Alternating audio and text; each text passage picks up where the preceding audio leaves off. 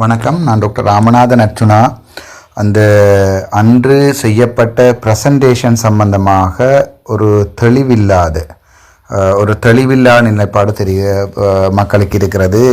இதை அதாவது டிசிசி, district coordinating meeting, மாவட்ட ரீதியிலான கோஆர்டினேட்டிங் மீட்டிங், அதாவது ஒரு அபிவிருத்தியை ஒழுங்கமைக்கின்ற ஒரு சந்திப்பு தான் அன்றைய தினம் நடந்தது. நான் இந்த வீடியோவை பகிர்வதற்குரிய காரணம், தமிழிலும் எனக்கு சொல்ல முடியும் என்பதற்காக, மற்றும் இதனை சகல மக்களிடம் கொண்டு போய் சேர்க்க வேண்டும் என்ற ஒரே ஒரு காரணத்துக்காக. மேலும் ஒரு முக்கிய நோக்கம், அங்கே வந்திருந்த மற்ற பாராளுமன்ற உறுப்பினர்களும் இதை விளங்கிக் கொள்வார்கள் என்பதற்காகவுமே இதனை தமிழில், முக்கியமாக CVK சிவஞானம் எனப்படுகின்ற வயது முதிர்ந்த நபர் அதனை விளங்க முடியாமல் தத்தளித்ததன் காரணமாக இந்த வீடியோவினை வெளியிடுகின்றேன்.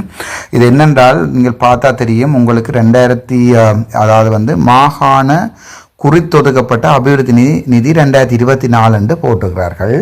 அவ்வாறு போட்டபோது ப்ரொவின்ஷியல் ஸ்பெசிஃபிக் டெவலப்மெண்ட் கிராண்ட், அதாவது ஒரு ப்ரொவின்ஸுக்கு கொடுக்கப்படுகின்ற மொத்த நிதி. அதில் நீங்கள் பார்த்தீங்கன்னா தெரியும், இப்போ உள்ளூராட்சி அமைச்சுக்கு அமைச்சர் இது போட்டிருக்கேன், தொடர் இலக்கம் போட்டிக்கணும். அப்படி 1 2 3 4 5 அப்படி 2 வரைக்கும் போகுது, 2 3 வரைக்கும் போகுது. இதில் இது மொத்தமாக மாகாணத்துக்குரிய முக்கியமான துறைகளை போட்டிக்கணும். உள்ளூராட்சி அமைச்சியை பார்த்தீங்கன்னா தெரியும், அமைச்சர் துறை வேலைகள் எண்ணிக்கை 53 ப்ராஜெக்ட் பிளான் பண்ணியிருக்கணும். அதுக்கு பார்த்தீங்கன்னா தெரியும் 226 மில்லியன் ரூபாய், 2260 லட்சம் ரூபாய் ஒதுக்கப்பட்டிருக்கிறது. இங்கே தான் எங்கள் மெத்தப்படுத்தவர்கள் முட்டாள்தனம் இருக்கிறது.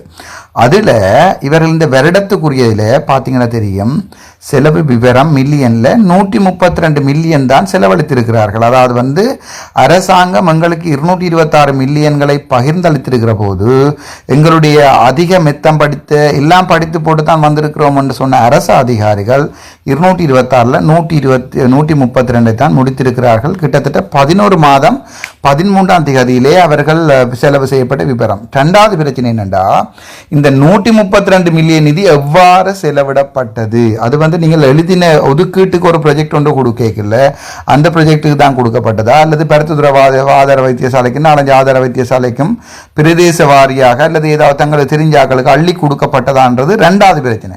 ஆனால் எங்களுடைய அதிபடித்த மேதாவிகள் 226, அதாவது உள்ளூராட்சி அமைச்சின் சுகாதார அமைச்சில் உள்ளூராட்சி அமைச்சுக்கு 53 ப்ராஜெக்டுக்குரிய 226 மில்லியனில் 132 மில்லியனை தான் இவர்கள் செலவழித்திருக்கிறார்கள் 11 மாதம் 13ஆம் தேதியில்.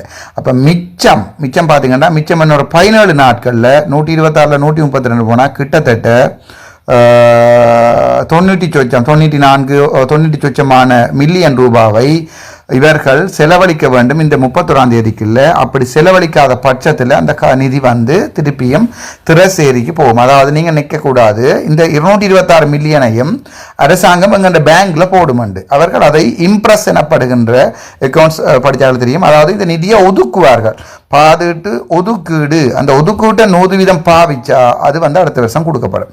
ஆனால் இங்கே பார்த்தீங்கன்னா அடுத்த கோலத்தில் பௌதிக முன்னேற்ற அடிப்படையில் வேலைகளின் எண்ணிக்கை, அதாவது அது அந்த தலையங்கம் போட்டதே பிள்ளை. அதில் என்ன போட்டிருக்கணும்டா, மொத்தமாக எழுதப்படுற இந்த 53 ப்ராஜெக்டுகளில் முதல் 25 காலாண்டில் இவர்கள் எவ்வளவுக்குரிய ப்ராஜெக்டை முடிச்சிருக்கிறார்கள்ன்றது 25% 10க்கு போடணும். அடுத்து 50% ப்ராஜெக்டுகள், அதாவது 50% அந்த காலாண்டில், அதாவது உதாரணத்துக்கு 12 வருஷம்டா முதல் 3 மாதத்துக்கு எத்தனை கம்ப்ளீட் பண்ணிக்கலாம்.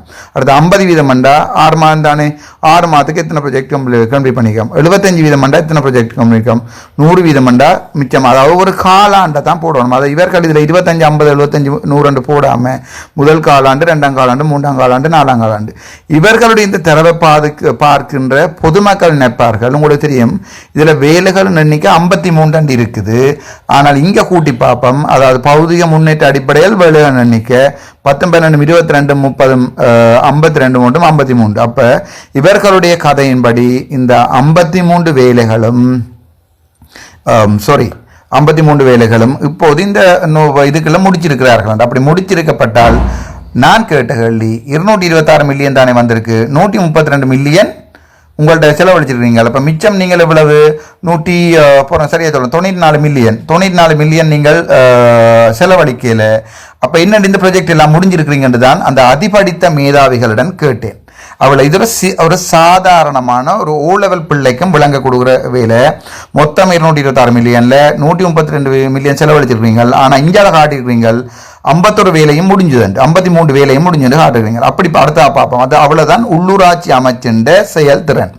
விவசாய அமைச்சர் எடுத்து பார்த்தீங்கன்னா 23 ப்ராஜெக்டுகள் இருக்கணும், 43 மில்லியன் ரூபாய் ஒதுக்கப்பட்டிருக்கு. 26 தான் அவர்கள் 26 மில்லியன் செலவழிச்சிருக்கிறார்கள். கேட்டதுக்கு சொன்னார்கள் மிச்சம் 26லேருந்து 43 போனால் 10 13 17 மில்லியன் ரூபாய் தாங்கள் பில்லுகள் என்ன சமர்ப்பிக்கப்படாமல் இருக்குன்னு சொல்லினோம். அப்போ இவர்களுடைய அதாவது இயர் எண்டில் இப்போ ஒடிட் எல்லாம் நடந்து முடிய வேண்டிய நேரத்தில் இவர்களோட செலுத்தினேன். ஆனால் பார்த்தீங்கன்னா தெரியும் இங்கே இவர்கள் போட்டுக்கார்கள் வேலைகள் அன்னைக்கு 23, இங்கே பெட்டி எண்ணி பாருங்கோ 4 மாறு 17 மாறும் 23 வேலைகளையும் செய்ததாக முட்டாள்தனமாக பிரசன்டேஷன் செய்திருக்கிறார்கள். ஆனால் இங்கே 43 மில்லியன்ல 26 மில்லியன் தான் பாதிக்கப்பட்டிருக்கு. பொதுமக்களுக்கு இது விளங்கணும், தயவு செய்து இதை ஷேர் பண்ணும். அதே மாதிரி கல்வி அமைச்சர் பார்த்தீங்கன்னா 20 ப்ராஜெக்டில் 152 மில்லியன் ஒதுக்கப்பட்டிருக்கிறது. எங்களுடைய கல்வி அமைச்சு அதிமேதாவிகள் 35 மில்லியன் மட்டும்தான் பாவிச்சிருக்கிறார்கள்.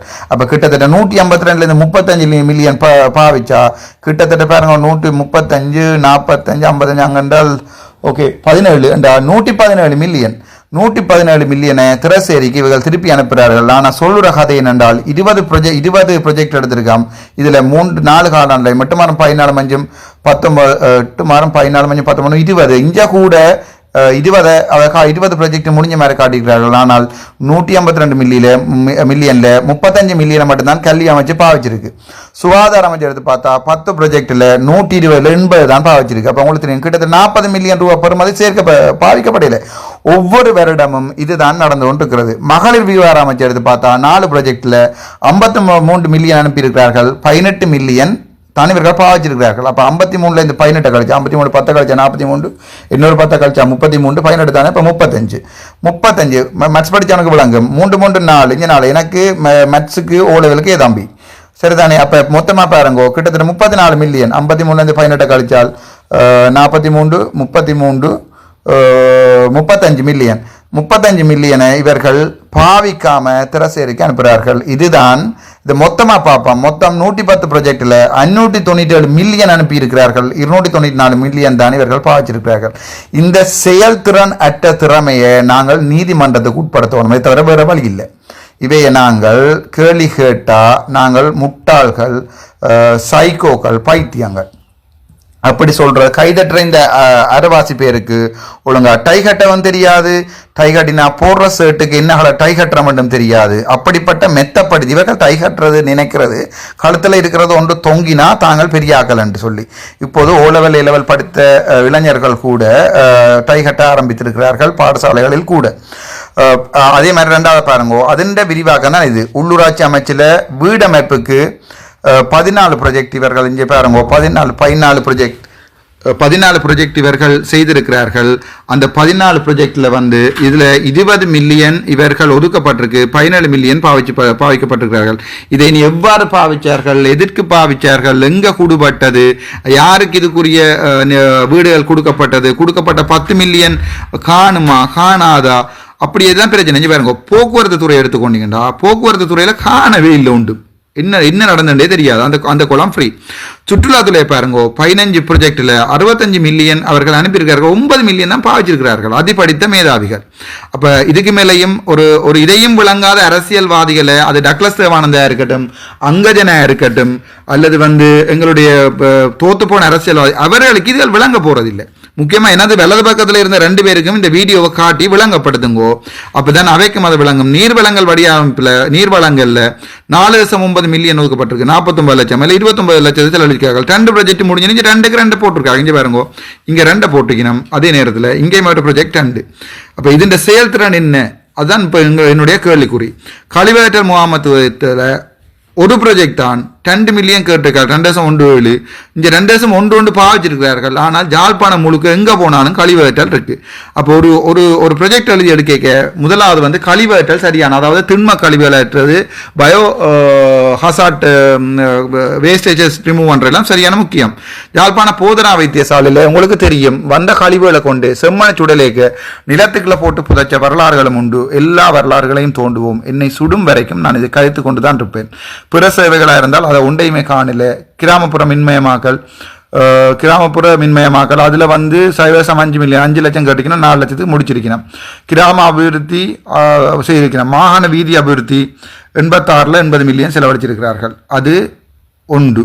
ரெண்டாவது அதே மாதிரி பார்த்தீங்கன்னா விவசாயத்தில் பாருங்க, விவசாயத்தில் என்ன நடந்திருக்குது, 8 ப்ராஜெக்டில் 18 மில்லியனில் 13 மில்லியன் தான் பாதிச்சிருக்கார்கள். ஆனால் விவசாயிகள் பாதிக்கப்பட்டார்கள். வந்த முழுக்க கொடுத்தா தான் நாங்கள் ஒரு பாராளுமன்ற உறுப்பினர்களா அடுத்த முறை எங்களுக்கு அந்த 18 மில்லியன் காணாது 50 மில்லியன் தான் சண்டை பிடிக்கலாம். அங்கே சிரிக்கிறார்கள், தெற்குல தமிழனை நினைத்து சிரிக்கிறார்கள்.